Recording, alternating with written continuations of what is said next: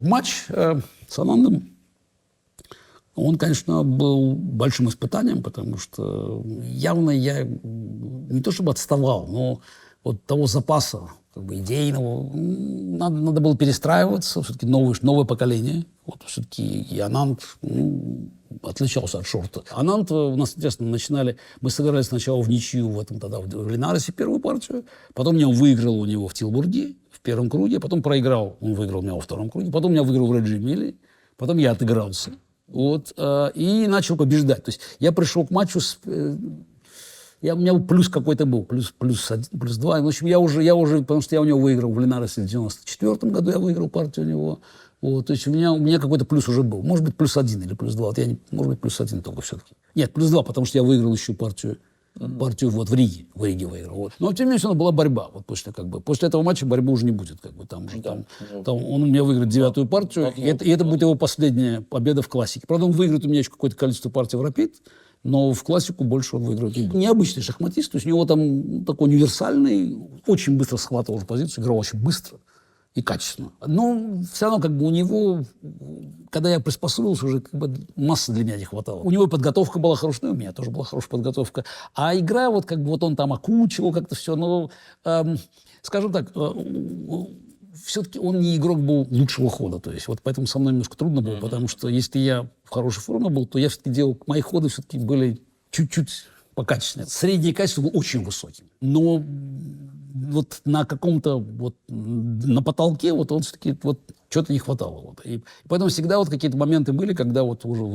вроде бы у него там складывается, а не получается. А исторически его с кем-то можно сравнить? Он так немножко сам по себе такой.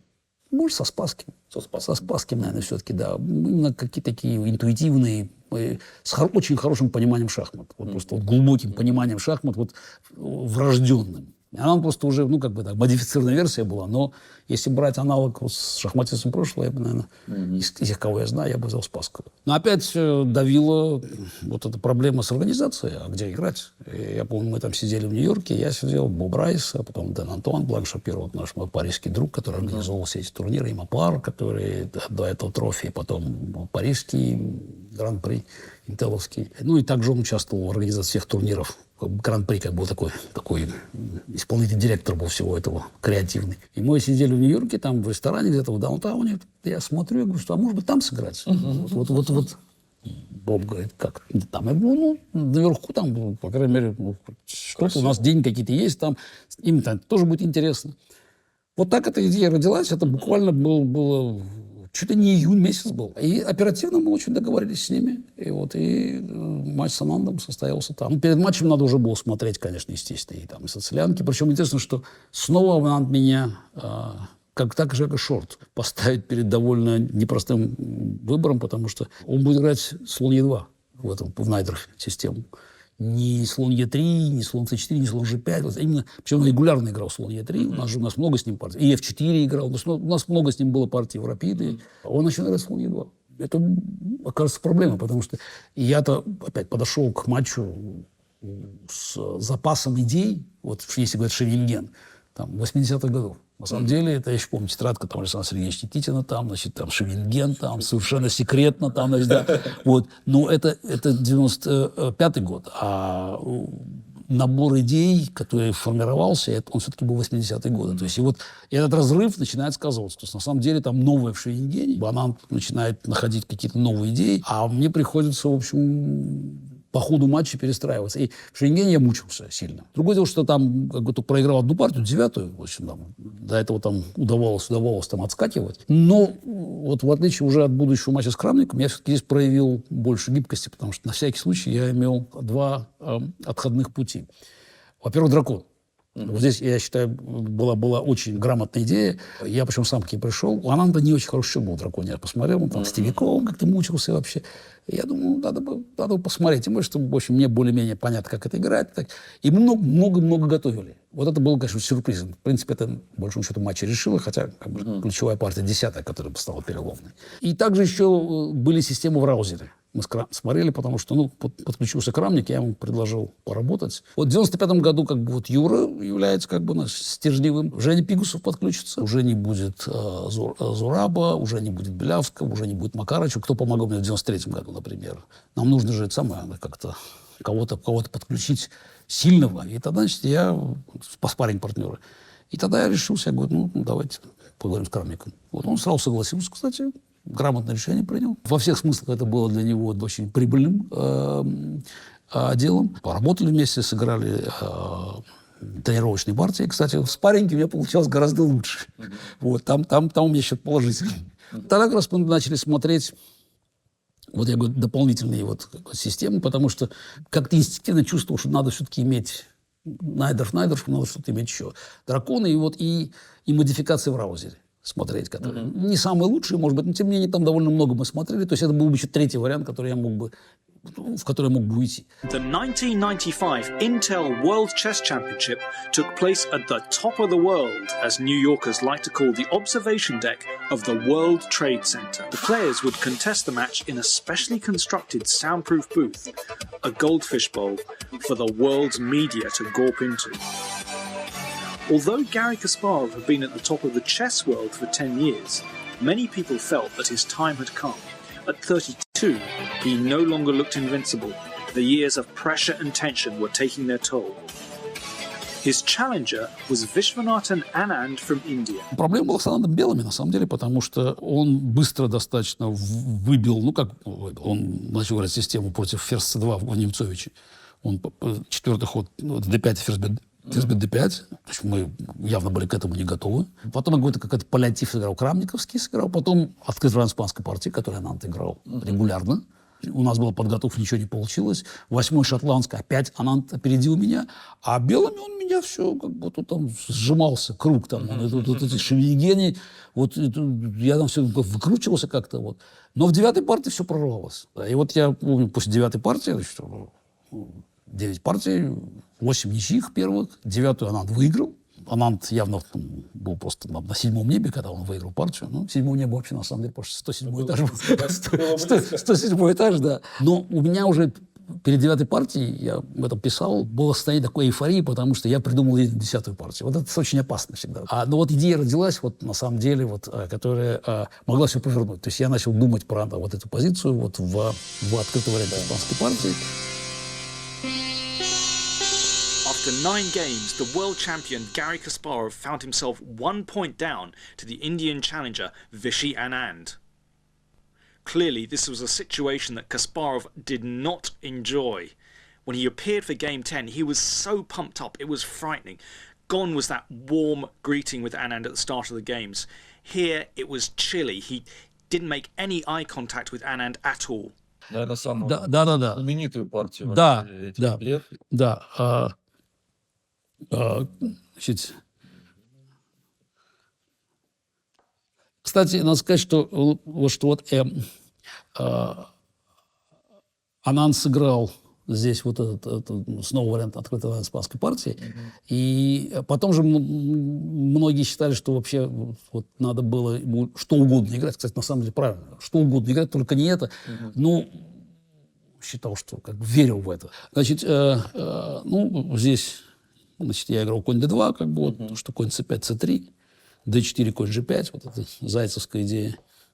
Да, вот, dc, да, конь e6. Интересно, что как раз Корчнев в первой же партии сыграл ферзь d3. Вот, ну, с Анандом в 6-й партии я играл конь f3 здесь. Вот. Вот, ну, это довольно безобидное продолжение. Вот он рокировку сделал, да? Вот. После ферзь слон c2. Нет. Шестой был конь f3, он рокировку сделал, и, в общем, там... Я думал, все-таки вот я вот, когда уже после 8-й партии, после 6-й партии, да, 8-й еще была шотландская, после 6-й я вот думал, какая-то вот позиция вот все-таки рваная, вот что-то должно быть, вот что-то вот все-таки... Ну, во-первых, все-таки слона жалко отдавать, от слона уйти, но уйти куда тут... Это все висит. И, в общем, в итоге вот как-то вот у меня начинает складываться эта идея, значит, и я прихожу к мысли, что вот можно пойти вот так.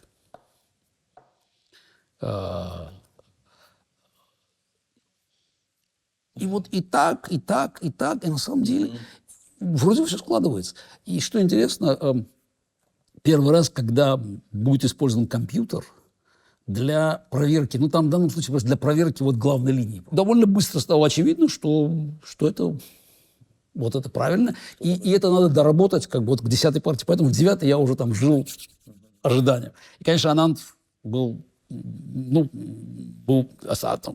идеей-то ошарашен, но, мне кажется, как бы вот до конца как бы он еще масштаба проблем не понимал. То есть, я почти уверен был, что он победу пойдет какой-то d4. Ну, потому что, на самом деле, напрашивается. Потому что все остальные хоть слишком опасно. Вот d8, там, слон d2. Вот, ну, по-моему, там надо это жертвовать. Ладья 8 лучше был. Естественно, слон d2, по-моему, надо бить на d2 надо, да, здесь или... Слон d2. Или ладья d2. ладья d2. Ну, да, ну, опять, но это отдавать качество. Потому что ферзь e5, ладья e1 крайне опасно там, в принципе, да. Вот, но как качество отдавать? Как качество отдавать? Зачем? Поэтому, в принципе, я практически уверен, что так какой-нибудь d4, потому что внешне это выглядит как опровержение. Ну, а что это? Белый второй перес в развитии нет, но он напал на слона, ладья висит. И вот здесь, конечно, начинается ферзь g4. Вот это вот... белые продолжают атаку просто. Вот.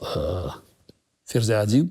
Макарыч гениально, но все еще не вполне понятно. Да. Ферзь бета1, слон бьет Е6. Да. Вот. Вот это неожиданно. Вот эту позицию как раз мы поставили, потому что, ну, как ладьи не хватает. Да.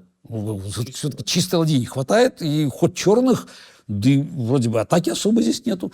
Но нюанс в том, что вдруг выясняется, что проблема с ходами. Потому что, скажем, там просто уйти ферзем, если убежать, то там слон d7 шаг и горе. Потом, если не ошибаюсь, слон d7, да, по-моему? Да. Слон d7 шаг. Да. Слон d7 шаг. Значит, Да, слон d7 надо как-то защищаться. король f7, по-моему, да, здесь надо ходить. Король f7, слон e3, по-моему, просто там выигрывает сразу. Да. Король f7, слон e3. Ферзь c3, что предлагалось? Как? Ну, ферзь c3, если я пошел со слон d7 шаг. Да, король f7, слон e3. Слон e3. Ну, там горе. Слон c5, e6 там. Да. Ну, тут горе наступает сразу. Вот. Но опять, здесь опять напрашивается ход ладья d8. Ладья d8. Защитился. Вот ровно это как раз надо было проверить, потому что ладья лишняя, все. Слон h6. Вот это. Андан сидит, играет. Нет. +1, все хорошо. Слон h6. Но он, надо сказать, что нашел, собрался, он, может быть, желание сдаться было сразу, да вообще нашел единственную защиту, по большому счету. Ну, там, по-моему, сильнее был ферзь b2, ферзь e2, по-моему. Да. Ферзь b2, ферзь e2 было сильнее. Вот. Но он нашел примерно то же самое. Ну, вот как бы он пошел ферзь c3, может, других ходов нет, потому что просто слон g7, ферзь h5 мат. На самом деле, это проблема. Ферзь c3, после слон bg7, взял размен, ферзь h5, ферзь 7 мат. То есть, на самом деле, значит, он пошел ферзь c3, слон bg7, пошел ферзь d3 здесь. Слон В чем мы ферзь d3? В чем мы? Слон h8, ферзь g6, ферзей поменять. Поменять ферзей. И опять сильнее был ферзь b2, ферзь e2, как мы сказали уже, в принципе. Да. Значит, такой размен. Ну, тоже вчера позиция плохая была, но больше шансов было в этом отбиться. Вот. Но Ананд решил, почему? Потому что так, все-таки ему показалось, что, может быть, здесь удастся... ну, пешка здесь все-таки самая, как бы, мне кажется, у него, он заставит меня сейчас поменять слонов быстро. Потом пешка все-таки, здесь не связанные пешки будут у меня. То есть, как бы, ему показалось, что здесь будет больше шансов. На самом деле, как бы, ситуация могла стать и неясной, слон f6. Потому что все-таки одно дело, поймать человека, там все идеально, но надо все-таки выиграть партию. Слон e7, я побил на e7, он должен менять ферзей, потому что пусть король e7, ферзь h4 шах, ферзей уже не меняются, размен. Вот, король e7. Ну и вот опять, и здесь понятно, что у белых выиграно, но вот здесь я сделал, на самом деле, серию очень сильных ходов. Ладья c1 воспрепятствовал движению пешки c, то есть она надо не попадать на c4. Он должен ходить c6, теперь f4. Опять начинает двигаться. Король f2, но белый не успевает здесь. А4 или b4 он пошел. А4, король e3, b4 и слон d1, да, здесь? Да. Слон d1 здесь, да. То есть мы нейтрализуем здесь всю игру. Король 4, а b3 уже. Да, нет, не, мы нейтрализуем все здесь слоны. А3, да? А3 и g4, да, здесь? Ну, теперь пошли 3. И здесь все-таки здесь мы держим. То есть важно, что я удержал вот эту самую всю конструкцию. Конь b5, да, он пошел. Ладья d5. Ладья d5. Ладья c4. Начал ладья c4. Напали. Да. c5. Да, c5. Король e4, да? Да. Король e4, да. Ну, тут конец. На самом деле, опять, каждый ход здесь важно всем вбивать все. Просто ладья c4. Все-таки пешку хотим взять. c5, король e4. Ладья d8 он пошел, да? Да, ладья d8. Ладья d8. Я побил или f5 пошел? Ладья c5. Ладья c5. Ладья c5. Конь e6. Да, конь e6. e6. И ладья d5. Ладья d5, да. Ну, теперь, да. Теперь я просто я готов поменяться. Вот, отдать пешки, но зато забирай эти 2. Ну, слон сильнее коня. Ладья c8, но он пошел. Да. Ладья c8. f5. Вот за c4 шаг. Король e3. Король e3. Конь куда там? c5. Конь c5. g5, да, помню? Да. g5. Ну, тут я еще довожу здесь. На самом деле, он постоянно борется. Он молодец. Он создал какие-то постоянные самые. Да. Но тут постоянно белые просто здесь тоже. Ладья c1. Ладья c1. e6, f6. Ладья d6. Ладья d6, ладья d6. Ну, чтобы, да. f6, слон h5. Теперь просто мат ставим просто. Ну, уж одна из лучших партий в жизни, да? Ну, такая бы. Сдался, да, здесь? Да. Партия, безусловно, сыграла, конечно, свою роль в том, что Ананд был выведен, конечно, в состояние равновесия. Но не надо забывать, что в 11-й партии будет еще один шок – дракон. Ананд сразу грамотно уйдет в эндшпиль, там найдет спокойное решение. Минимальная инициатива у белых. Но опять под влиянием 10-й партии. Да, грубый зевок в 11-й партии. Объективно ничейный эндшпиль. Он просто допускает грубый зевок, проигрывает. И дальше он уже не выправится. Хотя борьба еще будет идти. 12-й партии, кстати, он будет стать, я не выпускаю выигрыш. 13-й опять дракон. Он тоже безобразно играл. Проиграл белым очень быстро. 14-й имел отличную позицию Ананд. Просто он играл скандинавскую. Ну, объективно имел перевес во времени. Но в какой-то момент я заиграл очень, очень быстро и качественно. У меня партия с Анандом 14-й, и такая же похожая будет с Иванчуком в Лас-Пальмасе. Вот когда на большой скорости много очень хороших ходов сделал. И это подействовало. Ананд в итоге, в общем, выпустил перевес, а потом и ничью. И, в общем, опять матч уже был решен. Хотя он еще там дал бой в 17-й партии. 15-я была ничья. Но я уже перестал играть в 16-ю, 18-ю. Две ничьи короткие белыми сделал. А в 17-й он дал бой, был близок к победе, но упустил. И, в общем, матч я выиграл. Выиграл по +3 после 18-й партии. А потом еще Париж. Вот, удалось выиграть Гран-при. Так что я мог считать, что тот кризис миновал. Хотя, на самом деле, все звоночки уже все были. Потому что было видно, что с новым поколением играть сложнее. Все-таки все основные соперники уже были моложе меня. Но, тем не менее, я считаю, что вот кризис 93-94 года на этом это был преодолен. Хотя, как говорится, к моменту, на свой следующий пик, я, наверное, выйду через несколько лет. Но, скажем, 96-й год, 96-й год, 97-й год тоже был период, как раз когда начало работы с Тахаяном дало тоже большой позитив внутренний. 96-й год начинается турниром в Амстердаме. Он был больше 10 человек в один круг. И начался он просто для меня там катастрофично. В первом туре проиграл Топалову. Топалов очень красиво выиграл. Вот, начинаешь 9 туров. Сразу. Первый тур, да. Ну, а дальше турнир был очень хороший, потому что в итоге я там наберу +4, выиграю все партии белыми. Во втором туре я выиграл у Пикета, в третьем выиграл очень хорошую партию Ананда. Ну, там уже, тут я уже пристроился. Очень интересная, содержательная партия была. В четвертом проигранную партию с Шортом спас, а вот в пятом партия с Эрваном была. Ну, потом там еще будет хорошая партия очень с Крамником в седьмом туре, напряженная. Я выиграю, не безошибочная партия. А в 9-м прекрасную партию Гельфандер выиграю. Значит, да. Но Топалов наберет тоже +4. Мы разделим первое место, а Топалов тоже наберет +4. Интересная партия с Эрваном. Уже в 95-м Ясар уже играл, я не сказал любитель, но такой уже комментарий, уже он переходил уже на другую такую работу, больше комментаторскую, организаторскую, нежели шахмат. Но тем не менее сохранил огромную практическую силу, в общем, да, и Партия получилась очень интересной, потому что она именно необычная. D4, значит, ну, там я сыграл вот систему с конь BD7. И я не знаю, что ход, конечно, с чего я его сделал. Просто вот мы с Юрой что-то смотрели, там нам не хотелось играть CD, как бы, вот, или там слон G5. Ну, на самом деле, как угодно надо было играть, только, но только ферзь C2 ход очень странный был. Ну, нам казалось, что, может быть, мы сейчас его собьем. Я с панталыку. Он уверенно пошел DC здесь, и я понял, что вообще-то вообще не пойдет. Е4, C5, и что делать дальше уже непонятно. То есть, ну, пришлось побить DC здесь. Ну, слон bc5. Ну, черным, конечно, уже не на что жаловаться. Слон c4. Что есть? А7, А6, да? А6, да. Новинка, типа. Ну, я уже А4 хожу. Хоть как-то, в общем, это самое воспрепятствовать. Ферзь c7. Ферзь c7. Рокировка. 0-0. Ага. Вот. И, ну, пока брать пешку невыгодно, это очевидно совершенно. Но я сразу сделал ход конь G4. Вперед. Вот, да. Ну, создал угрозу, напал. Слон же там висит дальше. Вот. Ну, естественно, ждал хода какого-то типа слон Е2 там, вот. И тут вот я так посмотрел на позицию, вот что-то как-то так ёкнуло. А вот, может быть, можно сыграть неожиданно. Ёкнуло. Конечно, да, ну как-то вот отдать качество и пешку вообще непонятно за что.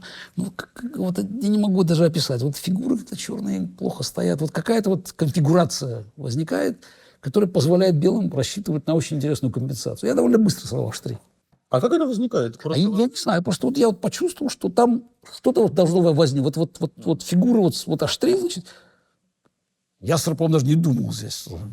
Просто тут, хотя конь Е5 спокойно давал очень комфортабельную позицию, вообще близко ничего у белых не могло быть.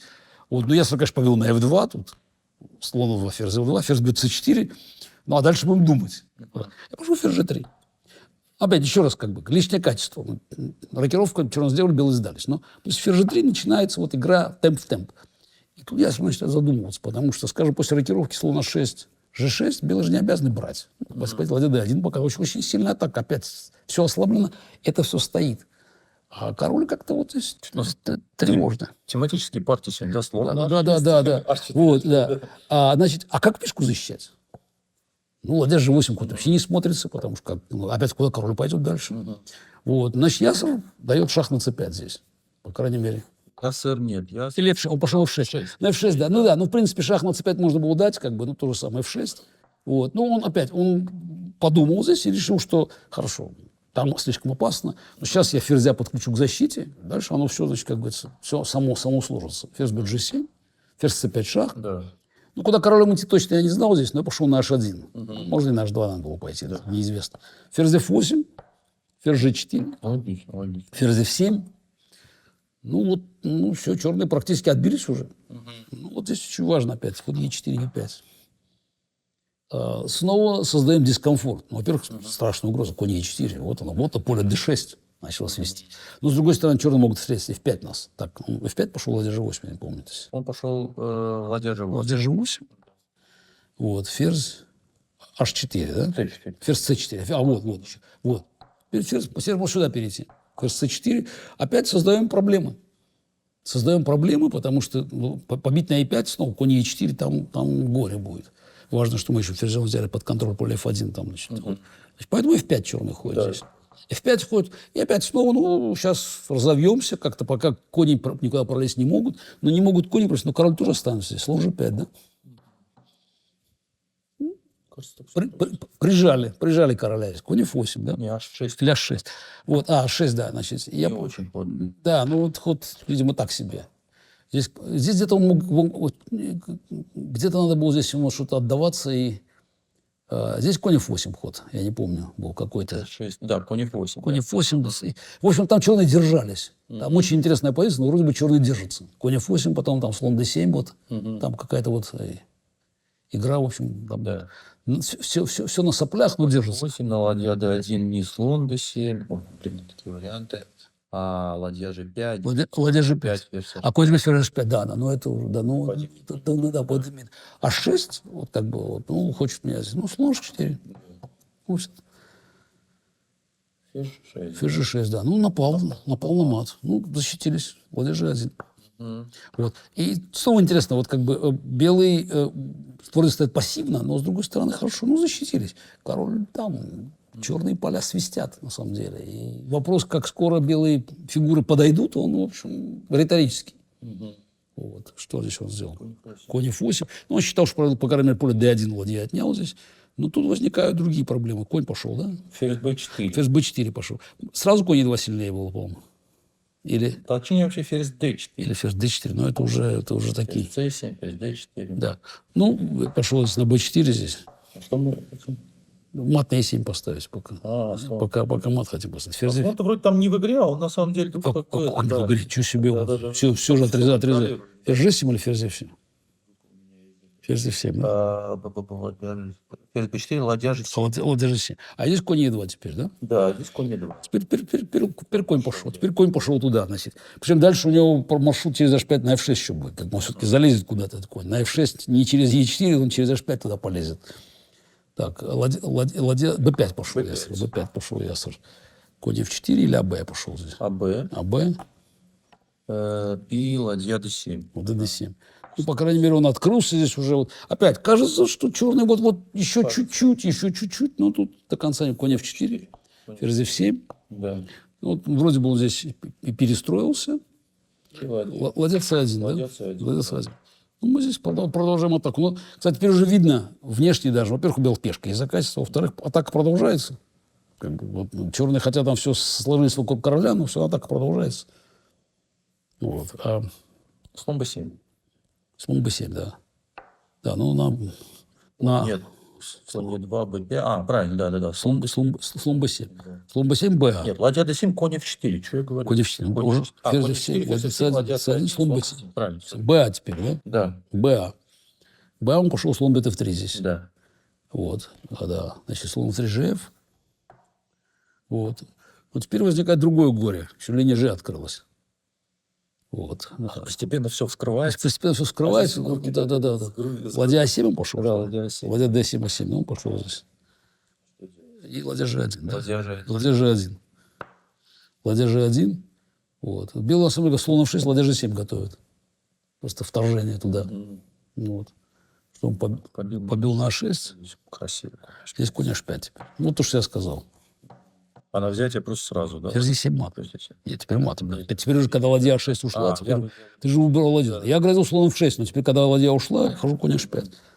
И то, что обещали. Конь попадает на F6. Вот. Ферзь C7. Ферзь C7. Ладья G7. Ладья G7. Ладья еще подошла сюда. Ладья 1 шах. Король G2. Ферзь C2 шах. Да? Слон А2 сдался. Необычная партия. Да, вот так. Совершенно необычная конфигурация. То есть я помню, что после партии я смеял. Говорю, ах, не может. Может так быть. Просто, ну, вроде бы качество уже как. Ну, это прям ваша вот игра. Вот это абсолютно было. Фирменная, да. Фирменная, вот это я был очень доволен. Вообще, вот тут опять началась игра какая-то. Я почувствовал такой вкус. Вот после матч с Анандом, там такой немножко тяжелый, как бы был все-таки потом там неудачи вот в Цюрихе. Вот. А тут вот ожило все. Вот это. И потом еще там победа над Крамником и с Гельфаном прекрасная партия. Вот. 96-й год, ну, как бы все выглядело хорошо, хотя потом не бывает как бы без ложки дегтя. Потом я еще проиграл Крамнику в финале вот московских кремлевских звезд. А потом еще устроился Крамнику в Досруманосе, там такую партию уже очень обидную проиграл. Ну, там большая битва была, да. А в Миране, который? В Миране, да. Ну, некорректно пожертвовал фигуру, вот, но Ну, красиво. красиво, очень, да, безусловно. Тяжелый удар был очень. Вообще там сыграл неудачно. Ну, там +2 набрал в итоге, там в конце как-то там. Зато потом Олимпиада была. В Ереване Олимпиада была. Там хорошо сыграл на первой доске, +5 набрал. Хорошую партию Топалова выиграл. Там с Шировым была веселая партия очень. Тоже можно вспомнить. Это не партия, ну, всю партию можно не смотреть, но это партия из 94 года. Я просто сейчас возвращаюсь, значит, если мы говорили уже про вариант Челябинский, который вот, с Шировым. Слон b7. Слон b7, конь c2, да, слон b7, конь c2, конь b8. Это вот Широв играл. А4, БА, ладья А4, конь d7. Вот это. И ладья b4 здесь я сыграл. Конь c5, ладья b7. Вот это просто партия конь b7, b4. Вот одна из моих тоже находок позиционных. Я помню, когда я исполнил ладья Б7, Б4, вот этот Джулиан Ходжсон подошел и спросил, учили ли меня в детстве, что ладья сильнее слона. Вот. Интересно, там слон G5 пошел, конь А3, рокировка конь С4. Ну, и, в общем, выяснилось, что опять слон Д3, вот такая тоже необычное, очень лишнее качество. На самом деле позиция, скорее всего, динамического равновесия, но у белых инициатива. За счет того, что просто черные не могут наладить координацию фигур. Ну, вроде бы должны как-то, ни одной же угрозы нет. Да. Но партию Широв проиграл там буквально в 10 ходов нам. Вот. И это тоже вот часть вот этой игровой манеры была. То есть найти вот эту идею. Причем я ее сам как раз нашел перед партией, думаю, вот интересно проверить. Получится. Вот. Для Широва шоком это было. Вообще вот так вот. Так может получаться. У меня ферзь 8, там потом конь b6 будет, там начнут нападения как-то вот белых. Он никак не мог нормально все это самое, все перестроить. Вот. По-моему, был ферзь b8, h4, там слон d8 он не хотел коня ставить, и там начались свои. А интересно, вот в этом периоде у вас появился какой-то другой стиль, связанный с атаками, с жертвами, то есть больше таких на долгосрочную игру, не просто жертвы уже такие, которые там... Да. Долгосрочные, другие чуть-чуть шахматы. Шахматы менялись. Новые люди, компьютеры, на самом деле, изучение теории. На самом деле же вот все-таки шахматы становились профессиональными. Ведь, по большому счету, шахматы там, до моих матчей с Карповым носили, я бы сказал, любительский характер.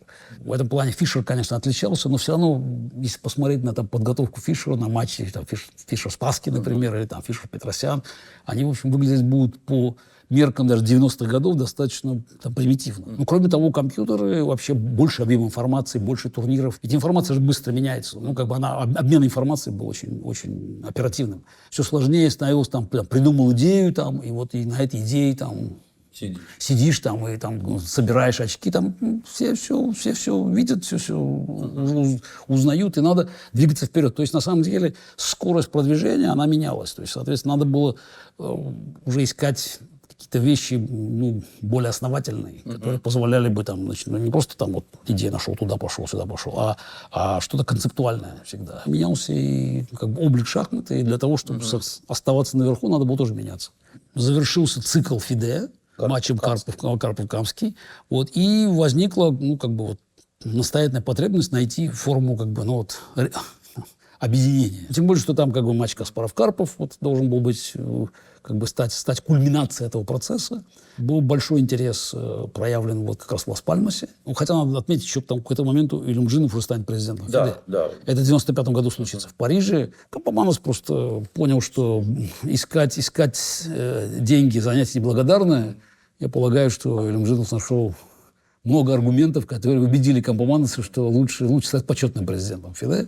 Вообще для меня это было неожиданностью, потому что он поехал в Париж, Илюмжинов, без каких-либо планов, которые он озвучил. А потом были выборы как раз в Ереване, там опять Куатли пытался баллотироваться. То есть там еще Илюмжинов пристраивался. Еще, я не помню, когда он объявит о проведении своего этого нокаут-турнира, нокаут-первенства мира. По-моему, это случится потом, все-таки, после Лас-Пальмаса. Потому что в Лас-Пальмасе активно обсуждался вопрос о том, что надо организовать матч Каспаров-Карпов. Организаторы были очень, так скажем, нацелены. Вдохновлены, да. Проблема оказалась в том, что Карпов там разделил последнее место. Карпов просто, мне кажется, подошел к турниру. Не понимаю вообще, с чем он будет иметь дело, потому что он же в выходной день слетал куда-то в Париж, Диснейленд, какое-то мероприятие, сеансик дать. Да. Но кончилось это тем, что он проваливается в турнире, по-моему, -2 набрал, в турнире. Он проиграл мне и проиграл Ананду, по-моему, ни одной партии не выиграл. Я набрал +3, взял первое место, и на самом деле интерес организаторов угас. Видно было, что уже другие расклады на шахматном Олимпе будут. Для меня тоже стало проблемой, потому что все зависло. Я чемпион мира, я по всему и первый рейтинг, я выиграл самый сильный турнир со времен Авро-турнира, довольно уверенно, +3, 3 победы, ни одного поражения, на очко впереди Ананда, который взял второе место. Все вроде идеально. Так? А с другой стороны, возникает очередной тупик, потому что матча нету объединительного. И тут вылезает Илюмжинов со своим планом нокаута. Естественно, я, конечно, отказываюсь играть. Огромные деньги. И поэтому, в общем, надо сказать, все шахматисты, они естественно, да, конечно, как такой подарок. Все, Миллионы долларов человек выкладывал. Да, выкладывал, те самые шальные деньги 90-х годов. И возникает ситуация, когда традиционный матч на первенстве мира исчезает. При этом там интересно, что Карпов получает вообще место в финале. Ананд, который должен был там играть весь отбор. Причем, кстати, очень интересный отбор. В 97 году был хороший турнир. Там и Микки Адамс хорошо играл. Петя Свидлер играл очень хорошо, кстати. Вот это был звездный момент был. Кстати, он был тогда на подъеме. То он сыграл в 97 году очень сильно в Тилбурге. Разделили 1-3. Мы там, он у меня выиграл партию. Единственную партию, которую я выиграл. Но тогда вот он играл действительно свежо, хорошо играл. Ну, у него там уже сколько-то там было звание чемпиона России, потому что он там их коллекционировал. Вообще играет там все интересно. Я помню, вот там Миша играл интересно. Потом его просто заставили играть с Карповым. Ну и там не судьба была, потому что он был на голову сильнее. В итоге он проиграет там совершенно выигранную позицию в переигровке. Хотя он должен был играть после этого тяжелейшего там марафона. Да, потом Карпова там ждал там где-то в Люцерне, где они там играли. В Лозанне, да. А там потом завиральная идея Люмжинова, там потом в шахмат должны войти в Олимпийские игры. То есть он начал опять двигать их. Ну, громадье планов Кирсана был. 96-й год заканчивается действительно прекрасно. Триумф, Лас-Пальмас, беру первое место. И потом 97-й год Линарес, тоже один из лучших турниров. Очень интересный турнир, кстати, был очень содержательный. Крамник играл блестяще. Там на финишную прямую вышел лидером. Я там проиграл Васе, в 8-м туре проиграл Васе. 3 партии оставался Полгар с Шировым и с Крамником. Ну, в итоге я все 3 партии выиграл. Крамника я догнал перед последним туром и выиграл у него решающую. Причем он там за счет Немцовича сыграл. Первый раз в жизни, кстати. Вот. Но там я тоже немножко был готов. И, в общем, хорошая партия была. Содержательная партия. Но самая интересная партия там была, мне кажется, с Шировым. И эта партия была там, мне кажется, особенная. Ну, потому что надо было, во-первых, выигрывать. Чтобы сохранили шансы на первое место там. Я почему помню там ночь, там, это в гостинице они были, какой-то был там, не знаю, шабаш, какой-то, я не знаю, там, то ли свадьба, но там где-то до 3 или 4 утра там все там звенело просто. Я был жутко злой вообще, что вообще как это так будет. Вот. Но это, видимо, прибавило просто адреналина. И партия Шировым, что хорошо было, он играл в шахматы. Вот в этом плане было Крамник. Всегда причем. Всегда играл в шахматы, да, значит, напоминало такую старую шутку по поводу матчей там Тайманов и Ларсен против Фишера. Таль говорил, что Тайманов проиграл первую партию, и сказал, вторую-то я ничего точно сделаю. Ну и так далее. Да. А Ларсен проиграл первую партию, сказал, вторую же я точно выиграю, сказал Ларсен. Вот Широм где-то происходило то же самое. Он считал, что он же не может все время проигрывать. По статистике он должен же выиграть когда-нибудь. Поэтому я всегда знал, что когда он играет белый, будет борьба, потому что он... Причем там статистика увеличивалась, там счет двузначный уже там стал. Но тем не менее, все продолжал играть. То есть, по статистике... Он молодец. Он по статистике... Я не изменял, должен выиграть. Статистика. А Широм, значит, предпоследний тур, значит, Е4, С5, конь F3, D6, да, ты будешь, да. То есть, тут, как всегда, значит, естественно, Широв слон Е3 пошел, и я хожу конь G4. Вот я там начал тогда активно этим ходом заниматься. В 96-м году я впервые сыграл так в ампутированный гран-при. В Женеве мы играли. Я играл конь G4 с Топаловым, сыграл вот тогда. И сыграл в финале с Анандом. Я у него выиграл одну партию, значит, в основное время. И должен был выиграть блиц. Совершенно. То есть, значит, слон G5 тогда. Тогда только все это начинали изучать. Слон H4, G5. То есть казалось так все очень странно. Такая система. Я помню, когда я первый раз ее увидел, вообще мне показалось, не может так быть вообще, что довольно странно. Так. Но потом понял, что столько динамичной позиции здесь. Слон Е2 пошел, Широв здесь. Я пошел H5, пошел слон BG4. Вот я пошел здесь слон BG4, на самом деле ход HG еще тоже есть интересно здесь. То есть потом я буду HG играть уже. Вот, кстати, перед матчем Шировым я в 98-м, который не состоялся, я уже начал ход HG изучать. И, в общем, тоже я у Широва одну партию выиграю, потом будет слегка интересная партия. То есть вот этот ход я буду считать его даже более содержательным. Хотя здесь много динамики. Слон G4, F3, слон D7. Но у меня есть более хорошие результаты всегда. Он ферзь d2 пошел, да, или 0-0. Конь c6, да. Слон f2. Да. Слон f2. E6, да. Здесь еще важно, значит, в принципе, удержать все. Значит, если белые меняются на c6, там и слон d4 ходит, то есть по слон e5 можно пойти, и все нормально у черных. Вот. А в противном случае черные взяли под контроль эти поля.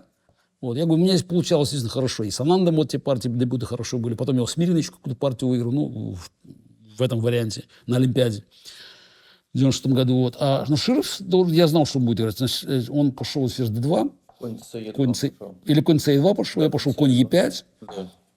b3 пошел Широв. На c4 не пускает. Да, ну, на всякий случай b3. Я пошел здесь g4, вот здесь моя идея была f4, и ход h4 сделал. Вот так неожиданно выяснилось, что брать на e5, ну, конь попадает в центр доски. Да? В редкий случай конь попадает в центр доски. Вот. Да. А иначе, значит, ну, с другой стороны, какой у черных план здесь? Широв считал, что, ну, большое дело. Хотя уже с Анандом я эту идею нащупал. Открыть короля здесь белого, вот, в принципе, h3, g3, а потом что-нибудь оно случится. Все-таки, когда король открыт, и пешка на h3, оно как-то... Вот он пошел слон e3, запомнил, да? Так, он пошел 4, слон e3. Слон e3, да. Да, значит, ну, h3. h3. Ну, естественно, h3 сначала, g3, Да. c6. Шли назад, хорошо. Все. Первая часть плана выполнена. c4 там или ферзь d2. Так, конь c2 будет... Ой, нет, бла-бла-бла, h3, g3, ферзь d3. Ферзь d3, ферзь d3. Ферзь d3 рокировка, да, теперь? Да. Ну, теперь надо рокировку сделать. ЛД d1, да, наверное? Да, d1, да. f5. Дирка. Вот. Дирка. Ну, как, зато укрепили пешую структуру. Дело в том, что, ну, да, конечно, все это немножко трещит у черных, но, с другой стороны, короляжник не атакует моего. А это уже и на Эйншпиле, между прочим, хорошая перспектива. А в Дмитрий как только тут что-то случится, значит, вот, здесь могут проблемы возникнуть. Он пошел здесь, Широв. c4. c4 пошел. Ферзь опять, Ну, да? тоже как бы... Ферзь опять, да, помню? Ферзь опять, да. Ферзь опять. Вот, ну, я зато складываю фигуру себе. Конь c3, да, пошел? Да. Ладья e8. Вот. Ну, надо посмотреть с этой стороны. В общем, белые вроде бы красиво встали, но черные тоже все развили. Все фигуры развиты. Все-таки король это серьезный аргумент. Вот. И здесь что-то он не то сделал. Ладья f1, да. Да, не тот ход сделал. Надо какой-то конем надо было, что ли, или бить на... Нет. Ef, слон f2. Еф, да, ну, по крайней мере, надо было, да, здесь надо было хоть стабилизировать позицию здесь. Ну, она, мне кажется, примерно равная позиция здесь. Да? Вот, да. Вот, надо было стабилизировать позицию, вот, потому что здесь неожиданно после ладья Е1 начинается... Здесь начинается... Да. Е5. Е5. Е6, Е5. Сразу. Вот здесь еще ладья на Е1 оказалась, тут еще совсем плохо, потому что еще будет конь висеть на С3, потому что если конь F5 там брать, там ЕФ, конь начинает провисать здесь. Не понял, как... Ну, если конь F5, слон Как F5, связано? ЕФ. Вот так. Я тоже ЕФ бью. Я же тоже ЕФ бью, все зависает. Все у белых зависает. Вот. Ну, вот ход Е6, Е5, он такой был, конечно, он серьезный ход. Он бьет на С6 уже Широв здесь. Да. Но слон С6, теперь куда слон больше? Какая позиция? Все раскрутилось. Вот. Ну и, в общем, мне кажется, дальше у белых проблемы уже, с которыми он не справился. Что, Пошел b4 здесь. ну да, ну это b4. Не очень. Ну, а я не знаю, что же здесь делать, в принципе. Какой ход? Фе, что ли, надо было? Нет, делать здесь ход. Фе плохо. Ну да, Пишет, ну да. бла-бла-бла. А непонятно, что сделать было. Мне кажется, после Е5 уже, на самом деле, все развалилось. Б4, Ферзь А3. ферзь А3, ферзь А3. Ну, естественно, мы связали здесь. Б5, да, он был? Да, b5. Круто. Б5, ну, ЕФ. ЕФ. Тут еще неожиданно. Да. ЕФ. Красиво. Так все здесь так раскрывается здесь быстро. Слон F4, АБ. АБ, АБ. ЦБ, ЦБ. ЦБ. Слон Б4. Ферзь C5 вот Ферзь сыграет. C5 шах. Лучше ферзь C3, конечно, сыграть. Ферзь С3, да, был. Ну, тут ферзь С5, слон Ферзь Е3, C5, слон Е3 слон Е3, и ферзь C3. ферзь С3. Все, партия быстро закончилась. БЦ он пошел, Да, да? BC. Ферзь БЦ6. Мгм. Что я говорил? Да. Про мат на G2. Что я говорю? Что рано или поздно этим кончается. Да. Ну, что там, как по слону 4, что ли, пошел здесь? Так, ферзь D6, ферзь Е4. Это 6, ферзь D4, ферзь D5 шах, Да, ферзь D5, ладья ладья D5, D5, слон C3. слон С3, тут еще вот сейчас Напал. ладья Е2, Да. Ладья Е2, ладья Е4. Е4. Парализуем полностью. Король F2, Да. ладья Е8, да? Да, ладья Е8. Связка. Связка. Да. Ладья D3. Ну да, иначе просто Да. здесь забираем просто, угрозим. Ладья F5, ну и слон D4, ладья BT3 есть. Ну да, ладья D3, Ладья D3, слон F6. ну, какая разница. Ладья Ладья ED2. BT3. Пешный эшпиль получается, точнее, одноферзевый эшпиль получается в конце. Да, красиво. Да, ну такой напор был. Красивый пас. Напор такой, все вперед просто, да. Вот этот 97-й год, значит, был... Потом в последнем туре вы выиграли у Крамника. Да, выиграл ту партию Крамника.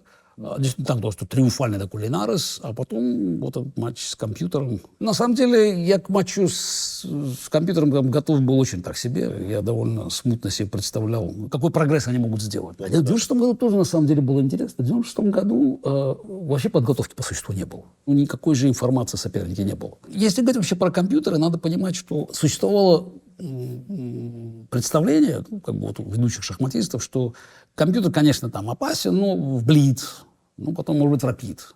Но не в классику уже. В классике уже у нас много времени, там машина же, в общем, она же там не знает, как фигуру правильно ставить. А человек уязвим только когда есть ограничения по времени. Процесс там, вот этого реальной соревновательности начинается в 80-е годы. И у меня вот первый матч с прототипом Deep Blue, вот, с Deep Cloud, будет в 89-м году был, как раз в Нью-Йорке.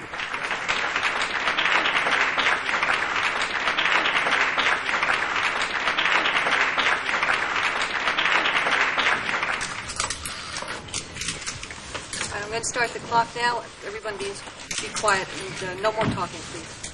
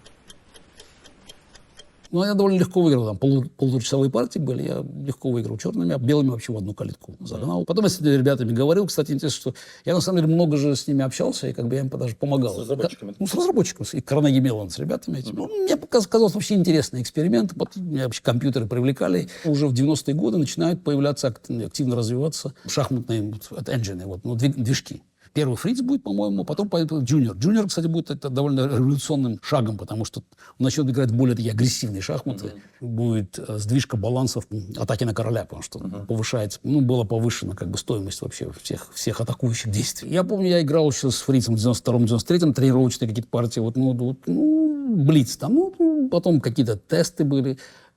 Чувствовал, что уже, конечно, что-то идет, но все равно это было очень теоретически. Вот 94-й год вот в Мюнхене впервые проблема стала очевидной. Тот факт, что там все играли, там Крамник, Анан, все играла вся элита, и что машина, в общем, добирается до финала. Потом еще я проиграл Джениусу в Лондоне.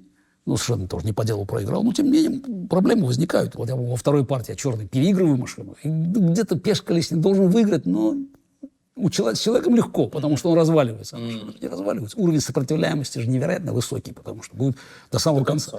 До конца. Ну, не до мата, как Камский играл в свое время. Там. Нет, а именно до понятного результата, но надо преодолевать уровень сопротивления, который, ну, скажем, в нормальных человеческих шахматах, он крайне редко встречается. Потом я выиграл в 95-м году у Джениуса, там мы сыграли показательный матч в Германии, достаточно легко выиграл. Но все равно вот это представление о том, что да, блиц, да, рапид, но в классику.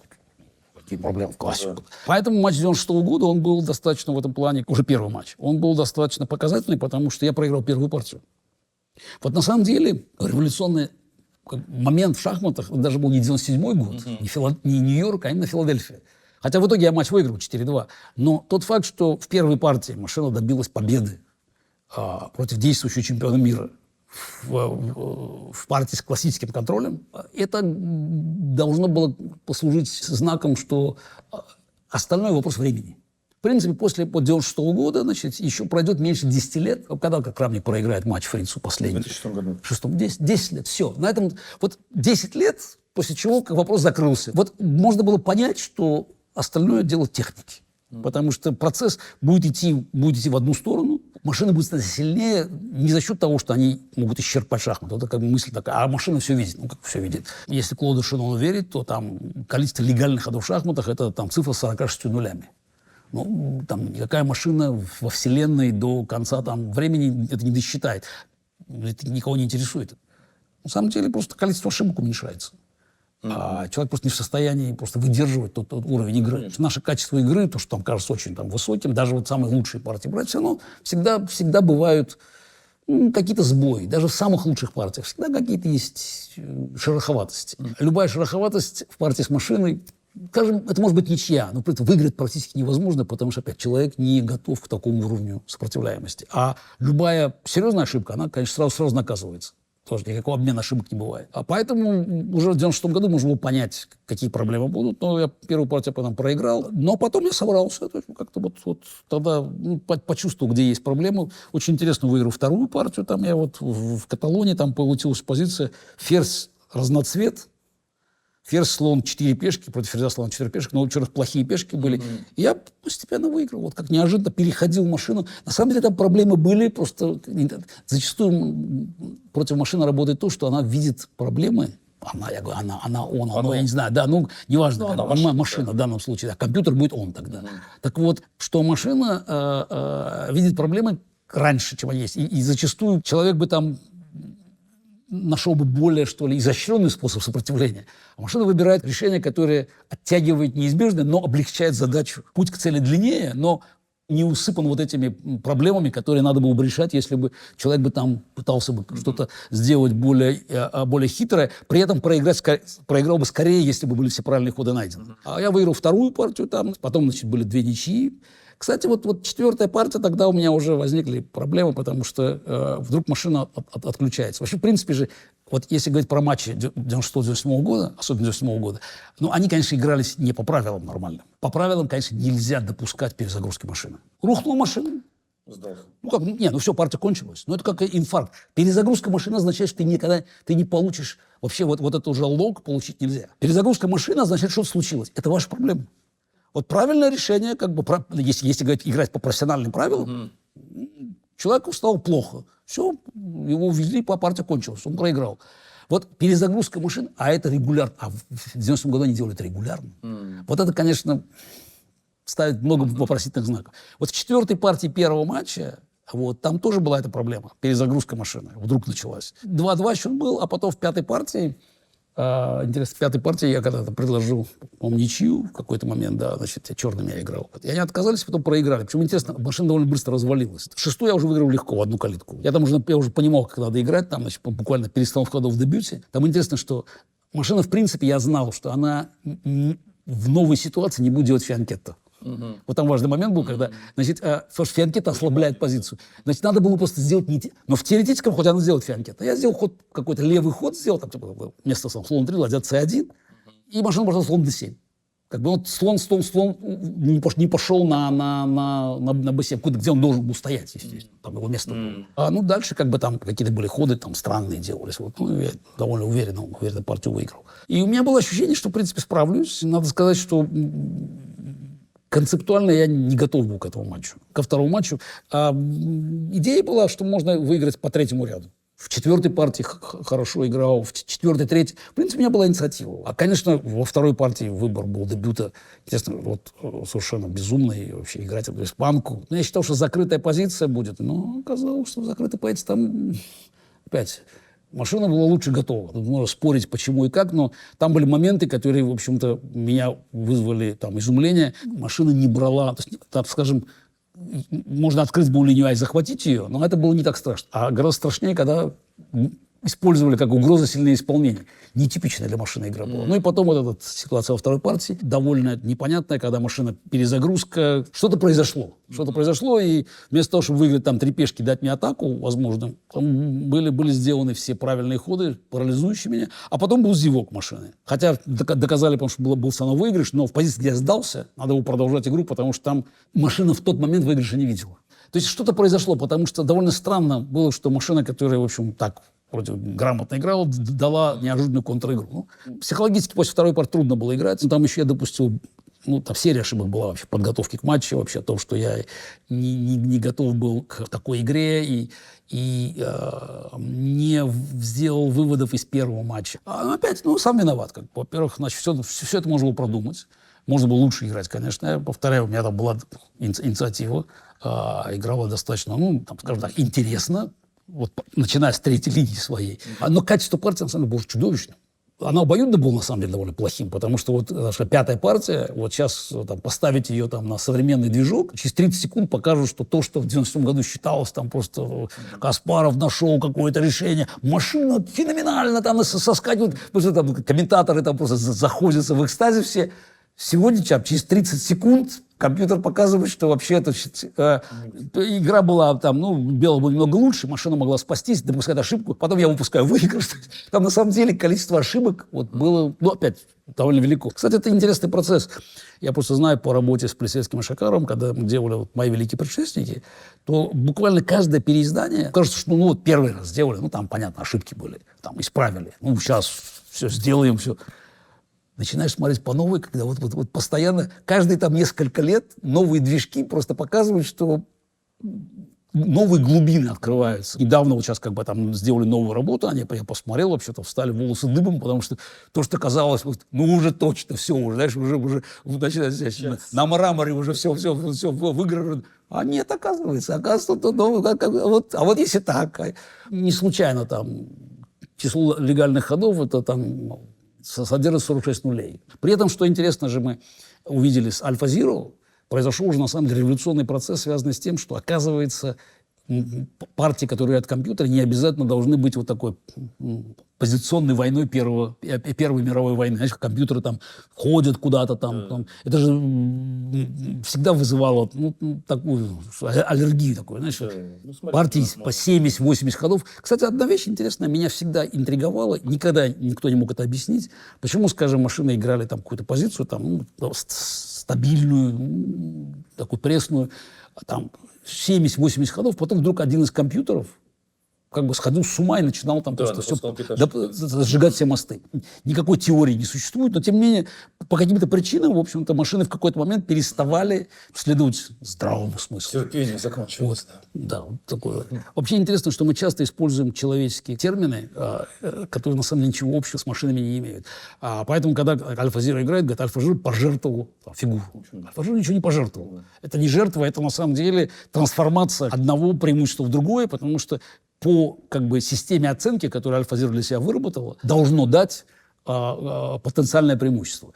Интересно, что Alpha Zero продемонстрировал, что существуют возможности играть в очень агрессивные шахматы. Компьютеры не убили шахматы, а на самом деле создали там новые направления открытые. Мысль о том, что вот давайте как бы вот сейчас вот уже играть, надо играть осторожно, потому что здесь как бы там минное поле сплошное, вот если машина играет, то там жертвовать ничего нельзя. Вот. А партия Alpha Zero показывает, что на самом деле вот эта жертва, если, в кавычки надо брать слово, для человека она будет жертвой, естественно. Для машины это трансформация одного качественного фактора в другой. В какой-то мере это соответствовало моему пониманию, моей манере игры. То есть, на самом деле, говорит о том, что можно многому учиться. Вот даже вот как партия Широва, в принципе, хотя бы 7 машин, все это ей понятно уже. На самом деле уже они начинают двигаться вперед. То есть, скажем, набор факторов, которые машины могут включать в себя, он резко вырос. Поэтому понятно, что там сегодня никакого реального сопротивления не может быть. То есть там уровень там, сильнейших там, движков 3300, 3400. Но Alpha Zero там уходит еще дальше. Разница между там, Магнусом и движком каким-то такая же, как между Магнусом, я не знаю, и игроком, там, я не знаю, с Опана каком-то. Понятно, что машина не понимает шахмат лучше Магнуса. А она просто меньше ошибок допускает. 97 год, он как раз последняя партия, я просто провалился. Все равно, конечно, возникает вопрос к Илескусу, почему они смотрели, как если верить Илескусу, почему надо было смотреть вариант защиты Каракана, который никогда в жизни не играл. Вот почему надо было его смотреть, и почему надо было заложить жертву на Е6. Вот это до сих пор ответа на этот вопрос Илескус не дал. Хотя вот он написал это в книге через 10 лет, когда, значит, закончился срок как бы их контракта, о том, что ему Бенджамин сказал перед началом партии смотреть вот этот вариант. И в машине комбат Е6 было заложено. Машина Так в чем тут... А как? С чего? Почему надо смотреть перед шестой партией? Вот с чего это надо было вдруг перед шестой партией? Да, и криминал в чем? Ни в чем. Просто вы не понимаете, почему они смотрели именно этот, который вы сыграли, да? Который я никогда в жизни не играл. Но в этой партии В сыграли. этой партии я сыграл. И смотреть утром этого дня, заложить жертву на Е6. Ну, я не знаю, ну как? Ну, наверное, вот бывает совпадение там одно из миллиарда. Ну да, вот. Непонятно, откуда не взялась идея смотреть именно этот вариант. Ну, если верить Лескусу, это задание, которое ему дали утром. Самое интересное, что потом, и Лескус тоже об этом скажет, что у них была четкая инструкция от Лу Гершнера, это CEO IBM, что к 20-му ходу, вот если ситуация будет там примерно равна, лучше предлагать ничью. В принципе, мне надо было дотянуть до 20-го хода, если я не знал. Ну, я тогда как бы был, конечно, дико расстроен, потому что все-таки первый матч в жизни, который я вообще проиграл. А с другой стороны, прошло там 25 лет, уже больше 25 лет. Я считаю, что действительно мне повезло, что я стал частью вот такого важного исторического процесса. Матч, на самом деле, дал толчок развитию компьютерной науки вообще, исследованиям. Сколько людей, молодых, причем со всего мира, они просто ринулись туда. Я встречаю людей, уже занимающих довольно большие посты, которые говорят, вы знаете, вот тогда мы решили, что наше будущее связано с компьютером. То есть я внес самопожертвование. Ну и после этого, конечно, наступает такой немножко легкий шок. И я поехал в Новгород. Новгородский турнир был. В итоге я выиграл турнир. Хотя, конечно, играл нормально, но, в общем, можно было бы играть и лучше, конечно. Турнир важный был, на самом деле, потому что на открытии там случилось событие, которое в какой-то мере психологически повлияло вообще на мое решение через 8 лет оставить шахматы. Там вопрос был, который задавали, часто, но его в этот раз задали просто так в очень неприкрытом виде. Ну, а что еще в шахматах? Вот что еще вы хотите, в принципе, чего вы еще хотите добиться в шахматах? Если у вас какие-то еще, какая-то мечта, что, сейчас к компьютеру проиграли, выиграть у компьютера, И буквально инстинктивно, я даже не знаю, я говорю, у меня сын родился в конце прошлого года, 96 года. Я хочу, чтобы он увидел, как его папа на сцене выигрывает турнир. И потом я вспомню этот момент, когда в 2004 году в Москве я выигрываю первенство России, и приходит мой 8-летний сын, и я беру медаль свою, вешаю ему на шею, и я понимаю, что, в принципе, все.